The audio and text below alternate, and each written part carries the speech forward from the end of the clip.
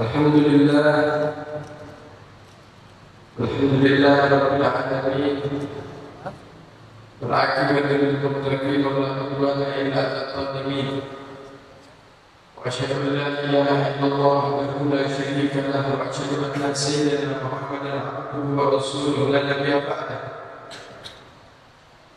Allahumma ya khairal nasirin nas'aluka bika an tusalli wa tusallim ala abdika wa habibika sayyidina Muhammadin wa ala alihi wa sahbihi salatan tanziluna biha min nasabta bil mursalin wa tahfaduna biha bima hafidta bil dhikra ya qawiyya matin subhanaka la ilma lana illa ma 'allamtana innaka antal alimul hakim rabbi ishrah li sadri wa yassir li amri wahlul 'uqdatam min lisani yafqahu qawli rabbana atina fid dunya hasanah wa fil akhirati hasanah wa qina adzabannar وقنا عذاب النار وقنا عذاب النار آمين آمين يا رب العالمين أما بعد حضرة المكرمين سادتنا الأفاضل بالخصوص شيخنا وحبيبنا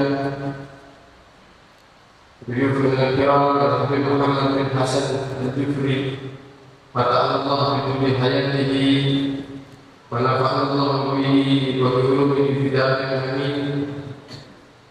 Begitu juga beserta rombongan beliau Habib Muhammad bin Ali Al-Habsyi dan Habib Hasan bin Umar Al-Habsyi serta juga guru kita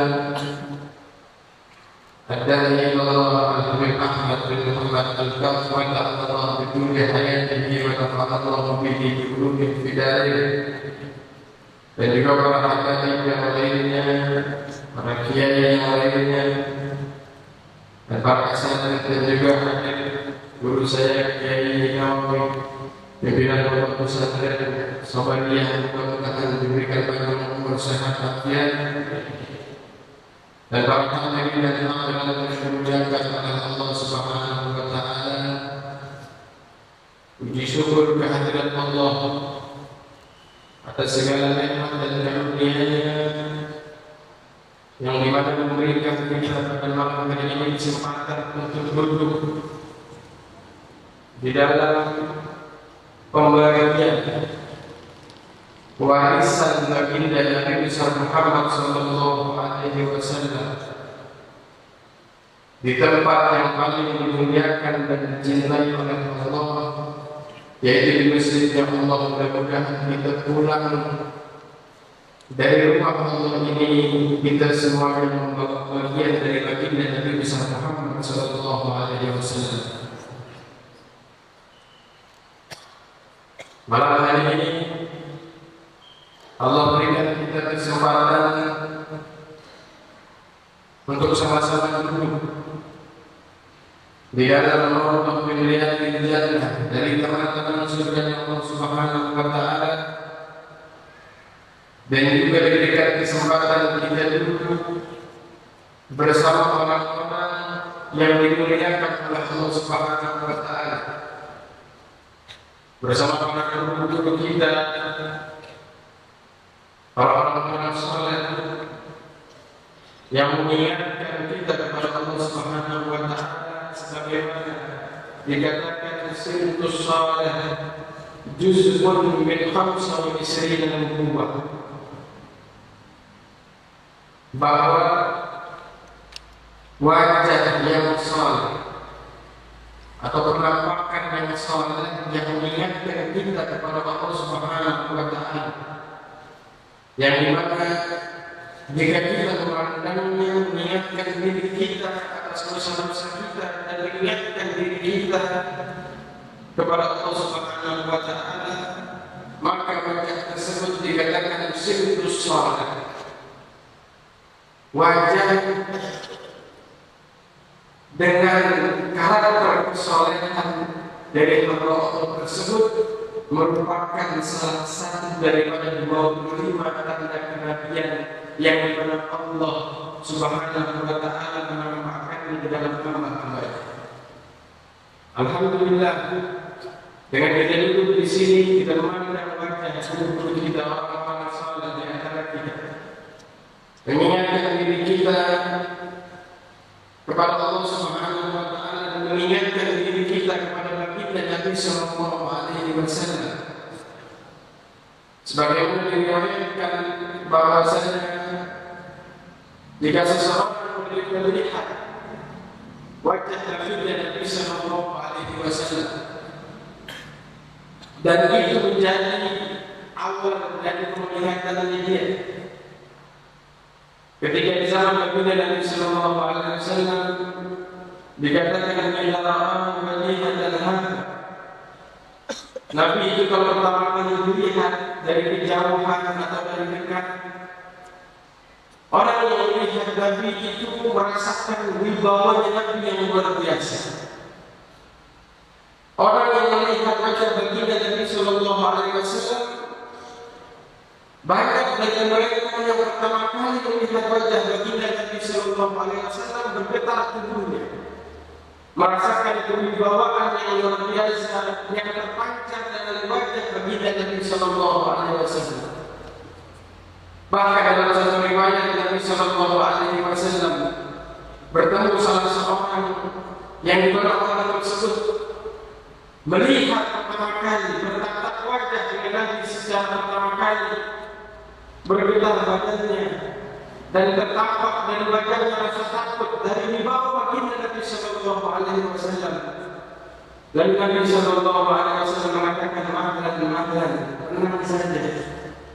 Ya, kata Nabi, saya ini anak dari seorang perempuan, karena ta'kulul gadid, bahwa saya ini anak dari seorang perempuan yang dimana perempuan tersebut maksudnya ibunda baginda Nabi Sallallahu Alaihi Wasallam memakan gadid, jadi itulah daging yang dikeringkan.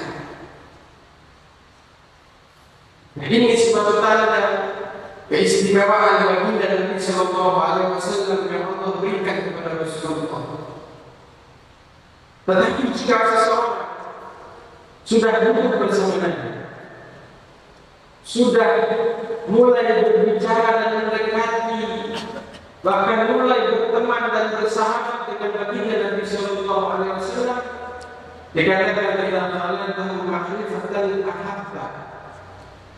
Kalau dia sudah kenal, dia sudah dekat, dia sudah mengetahui, dia sudah paham bagaimana baginda Nabi Sallallahu Alaihi Wasallam, maka akan mulailah timbul rasa kecintaan kepada baginda Nabi Muhammad Sallallahu Alaihi Wasallam. Hadirin dan hadirat yang dimuliakan oleh Allah, dari apa yang saya sampaikan dan saya tidak akan berbagi karena saya datang untuk mengambil manfaat dan keberkahan dari majlis ini bersama guru kita Nabi Muhammad Hasan Al-Jufri adalah sama-sama di majlis ini kita semuanya berlomba-lomba mendekatkan diri kita kepada baginda Nabi Muhammad Sallallahu Alaihi Wasallam.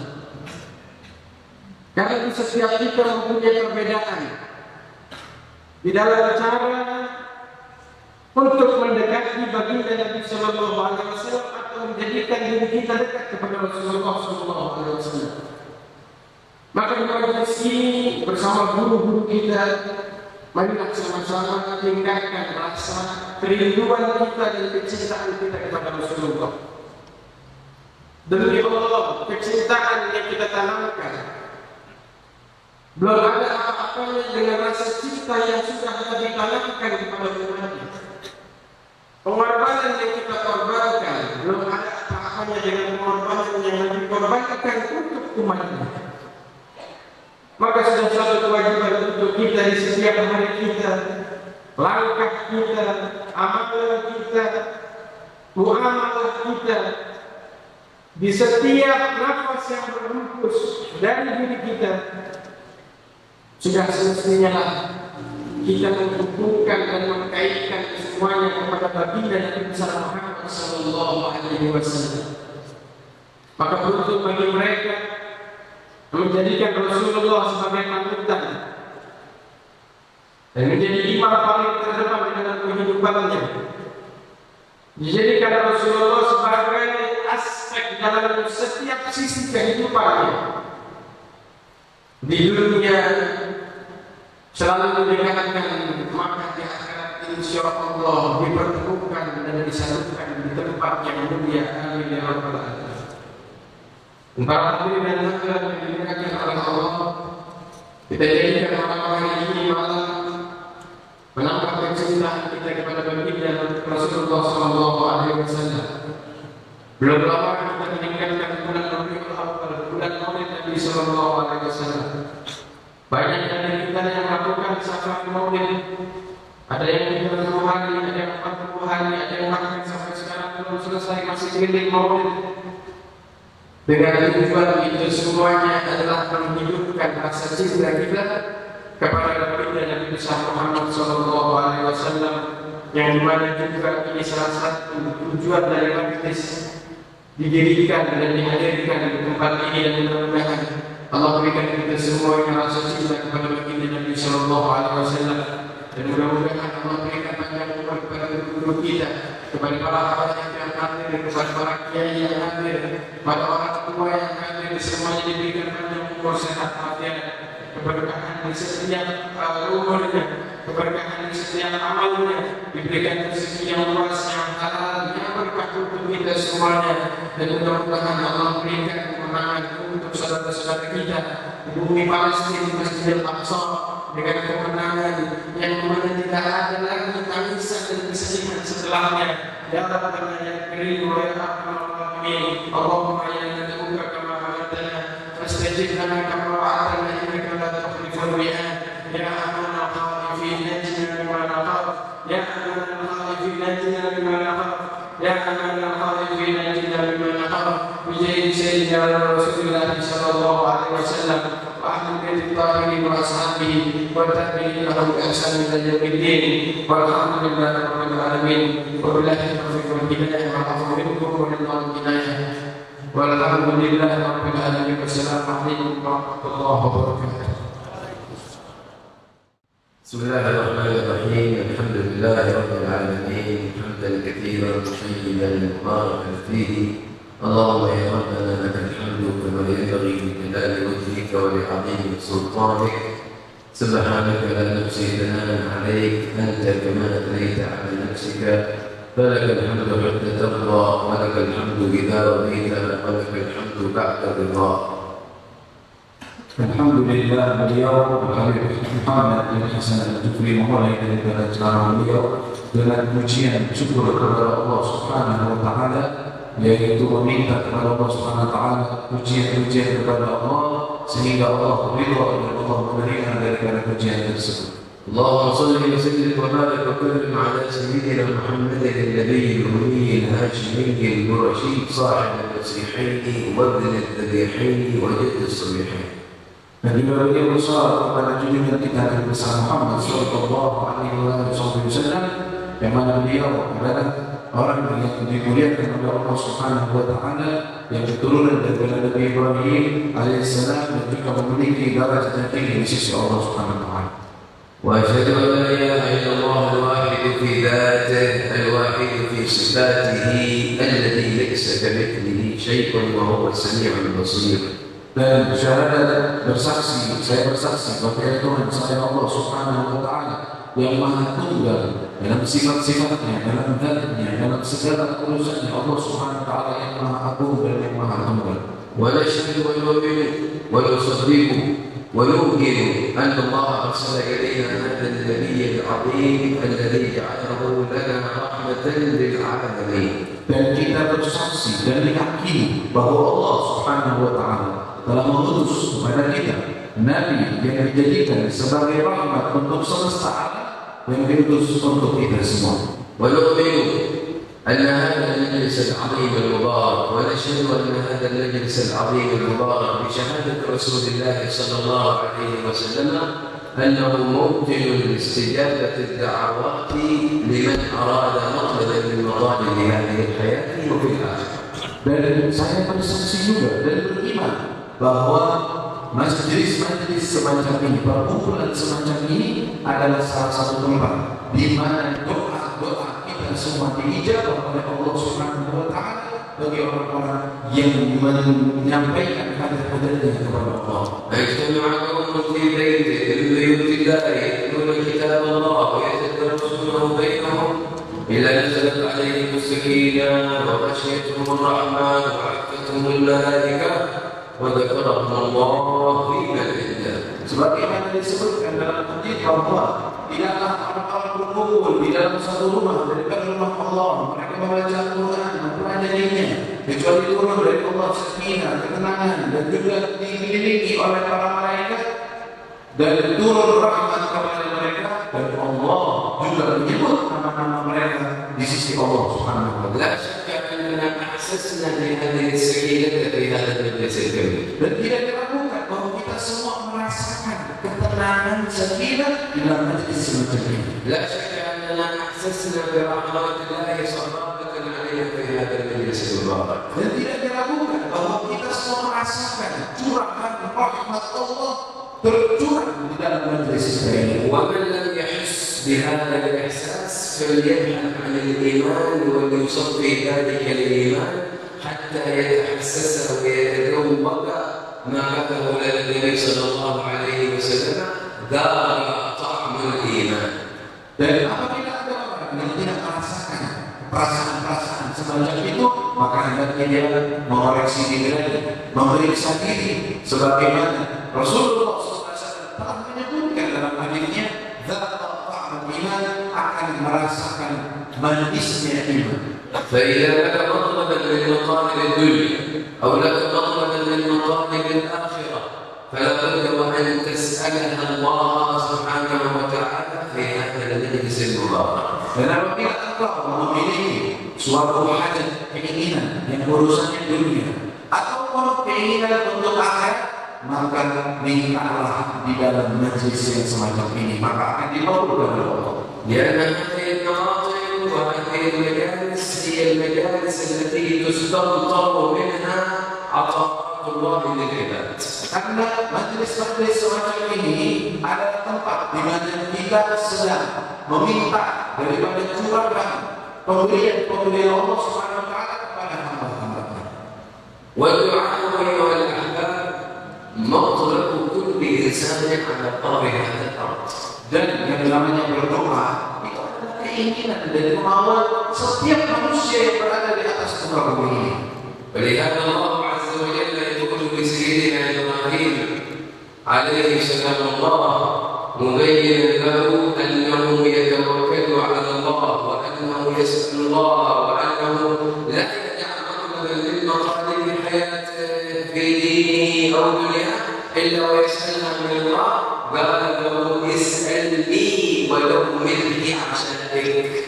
Sehingga disebutkan bahwa Allah Subhanahu wa taala memerintahkan kepada Sayyidina Ibrahim, Nabi Ibrahim alaihissalam, untuk selalu meminta kepada Allah, untuk selalu memohon kepada Allah dalam permintaan apapun, sekecil apapun dunia maupun akhirat, untuk meminta kepada Allah, sehingga Allah mengatakan kepada Nabi Ibrahim, mintalah kepadaku walaupun hanya garam yang kau makan. عرفت ما هو الشيء اليسير هذا؟ الملح، وهو أبسط شيء يوجد في كل بيت وفي كل شارع وفي كل حانوت. Apakah kau tidak melihat hal yang di mata kita adalah sepele? Apa itu hanya sebuah garam? Garam saja yang kita bisa temukan di rumah kita, di jalan, dimanapun diperintahkan untuk diminta. ولكن من أجل أن يربطنا الله عز وجل به وبالدعاء فقال لإبراهيم عليه السلام اسألني ولو ملح طعامك. Tetapi tujuannya agar Allah SWT ingin mengikat kita semua untuk selalu memohon kepada Allah, meminta kepada Allah, sehingga Allah mengatakan kepada Nabi Ibrahim, mintalah kepadaku walaupun hal tersebut adalah garam yang untuk kau gunakan untuk makan malam. قل اللهم مالك الملك تؤتي الملك من تشاء وتنزع الملك ممن تشاء وتعز من تشاء وتذل من تشاء بيدك الخير انك على كل شيء قدير. اي لا معطي ولا مانع الا الله سبحانه وتعالى. Beliau menyebutkan firman Allah Subhanahu wa taala, "Qul illahumma malikal mulk," katakan bahwa Allah adalah raja dari segala semua raja. Tu'til mulka man engkau bisa memberikan kerajaan kepada siapa yang engkau mau, yaitu Allah Subhanahu wa taala. Wa tad'u kami mentasya, dan engkau mencabut kerajaan dari orang yang engkau mau. Dia tidak khair, di tangan Allah semua kebaikan. Beliau mengatakan, ini artinya tidak ada suatu kebaikan, keburukan apapun yang terjadi dan apa yang seseorang meminta, kecuali itu semua atas kehendak dari Allah Subhanahu wa taala. فيا من أراد الدنيا وأراد أن يعيش برفاهية وأنس واطمئنان اسألها من الرحمن. Wahai orang yang sedang mencari dunia, pengen kekayaan, pengen kenikmatan, pengen ketenangan dunia, maka mintalah dari yang Maha Rahman, yaitu Allah Subhanahu wa taala. ويا من أراد الآخرة وسعادة الآخرة والفوز بالجنة اسألها من صاحبها سبحانه وتعالى. Dan wahai orang yang sedang mencari akhirat, mencari kebahagiaan akhirat, ingin mendapatkannya, maka bersimpuhlah dan memintalah kepada Allah Subhanahu wa taala. ومن أراد أن يفتح الله له ذاكرته وذهنه حتى يستنبط من العلوم ويحفظ من الفهوم ويكون عالما في دينه أو في دنياه فليسأل المولى سبحانه وتعالى. Dan barang siapa orang yang ingin menjadi orang yang pintar, dibuka oleh Allah untuk memahami ilmu dari sisi ilmu agama atau ilmu dunia, maka mintalah kepada Allah Subhanahu wa taala untuk memberikan dan membukakan daripada ilmu tersebut. الله سبحانه وتعالى قال وقال ربكم ادعوني أستجب لكم. Dan Allah telah berfirman dengan jelasnya, berdoalah kalian, maka aku akan ijabahi doa kalian. فالاستجابة بمعنى أن الله يعطينا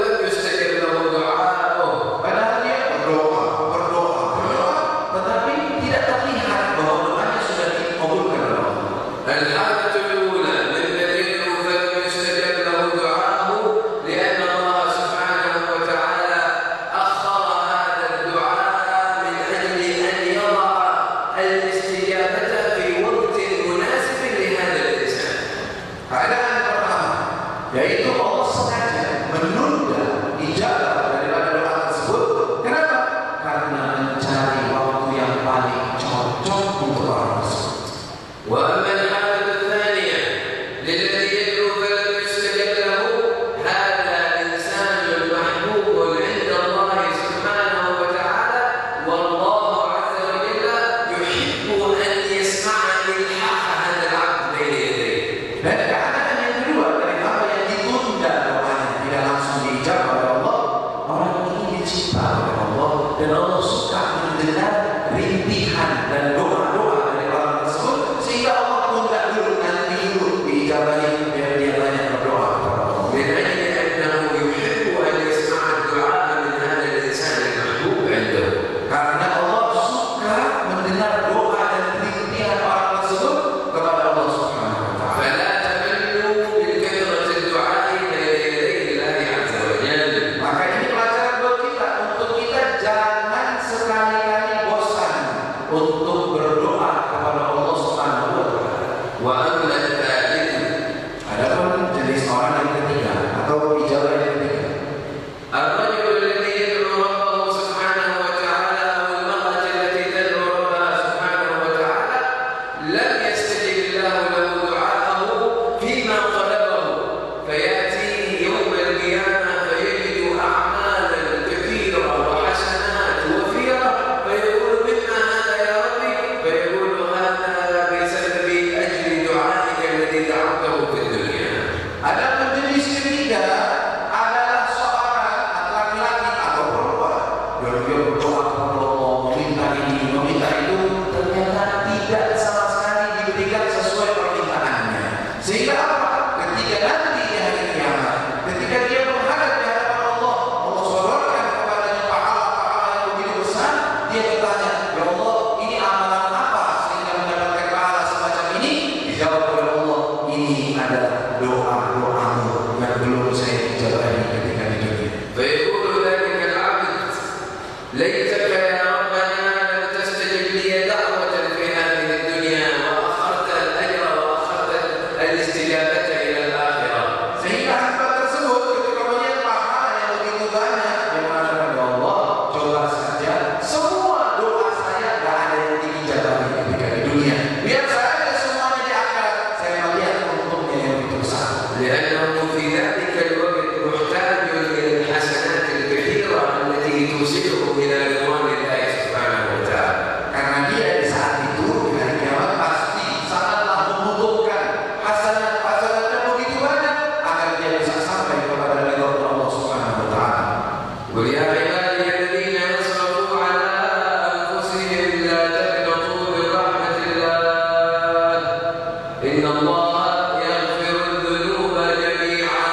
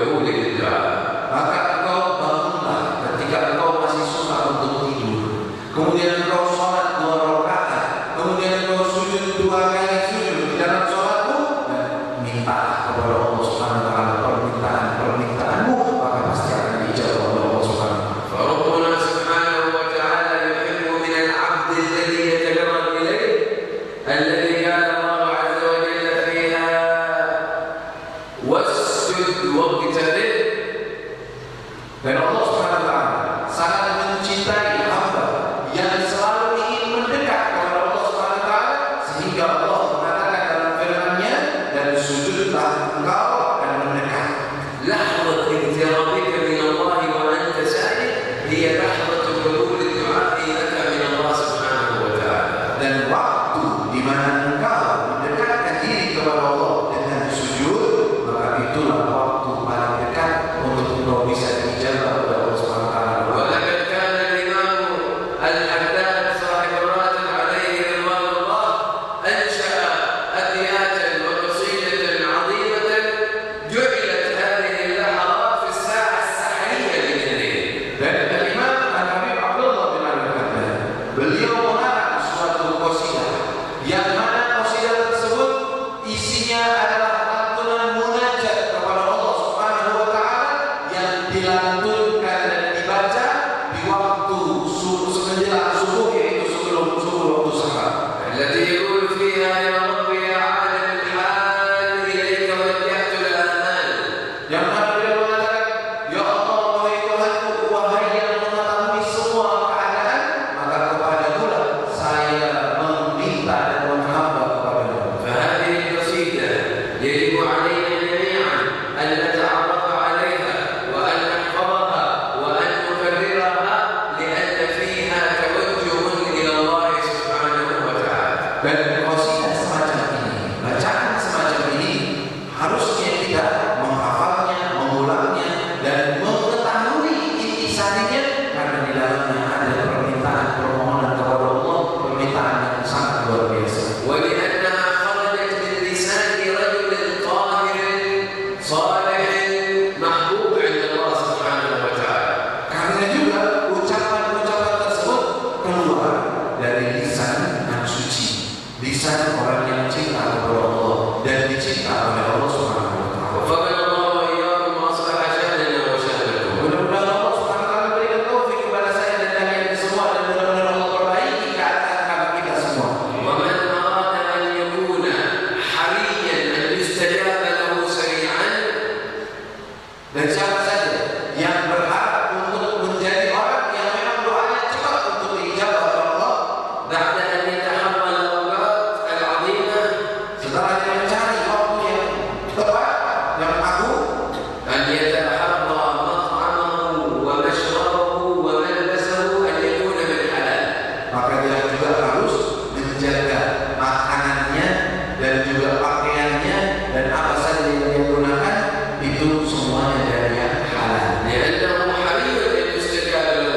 Karena memang orang yang makan halal dan berpakaian dengan yang halal itu paling cepat untuk diijabah Allah. ومن كان مأكله حرام وملبسه حرام وغذي بالحرام فأنى يستجاب له كما قال النبي صلى الله عليه وسلم. Ada orang yang makannya haram dan diisi semuanya dengan haram, pakaiannya haram, maka bagaimana bisa doanya diijabah oleh Allah sebagaimana disebutkan dalam hadisnya Nabi Muhammad SAW. وأن يكون هذا الإنسان ممن يلازم القرب بين يدي الرحمن.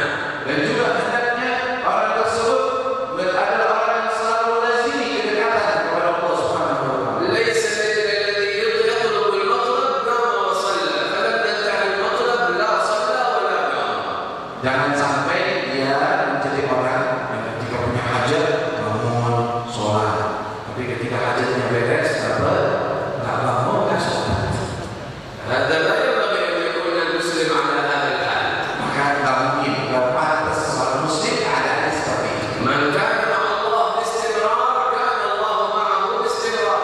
Siapa orang yang selalu bersama Allah dalam segala waktu dan keadaan, maka Allah akan selalu bersamanya dalam segala waktu dan keadaan. ومن نسي الله سبحانه وتعالى تركه الله والعياذ بالله.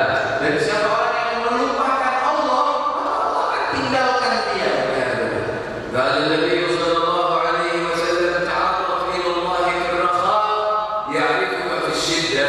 Sebagaimana sabda Rasul sallallahu alaihi wasallam, kenalilah Allah